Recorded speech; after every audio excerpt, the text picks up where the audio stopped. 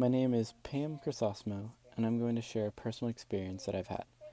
I'm the oldest of four children, and I'm 19 years old.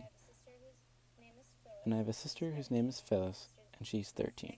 And my next sister's name is Patty, and she's 12. And I have a little brother whose name is Noel, and he's 8. So there's 10 and a half years between me and Noel. Um, I was an only child for a very long time, and I was supposed to be an only child until I remembered one Christmas where I asked my mother, I told my mother that instead of asking Santa for toys this Christmas, I wanted a baby sister instead. So a couple months later, I had a baby sister. Her name was Phyllis, and so she was born in April, and in June of 1984, we were preparing for a big baptismal party for Phyllis. She was going to get baptized at St. Charles Church. We were going to have a lot of visitors over, probably about, I don't know, maybe over about 300 visitors. And in the process, my mom had a friend whose husband made cakes. And so my mom's friend's husband made a cake that was about 20 by 30. So it was a huge cake.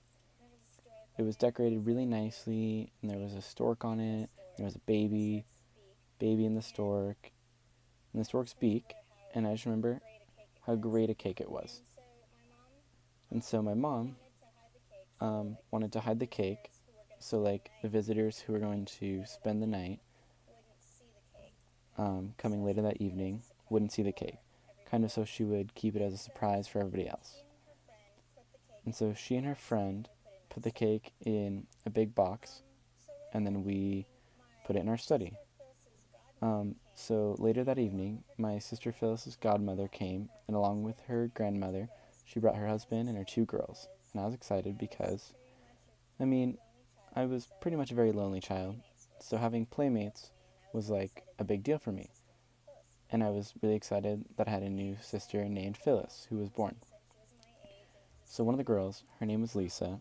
She was my age, and her sister Rena was a year younger than both of us.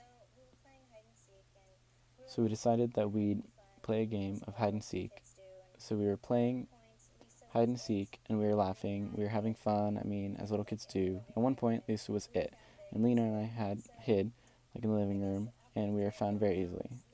And so I guess after 3 or 4 rounds, it was Lisa's turn to be it.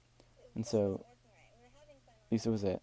It just wasn't working right. We were having fun, we were having a lot of fun, but people were finding each other too easily. So I took Lisa. Lisa and I hid in the study room because I figured that'd be the best place to hide. And so Lisa and I went to the study, and we ran really quickly, and I remember the door slamming really loud, and it was a wonder that Rena didn't find us just by the sound of the door slamming. So we were really tired. I remember laughing really hard, and Lisa decided to sit down. And Lisa sat down on the box that had the cake in it, and it was horrendous. Um, I screamed because the box that she had sat on had the cake on it, and so part of the cake was ruined. So I screamed, and I called my mom, and all I remember was I got spanked. I was 6 years old, and I got spanked, whereas Lisa and Rena didn't get in trouble at all. But my mom said that it was my fault because this was my house, and we weren't supposed to be in the study anyway, and the cake was ruined. This big, beautiful cake was ruined.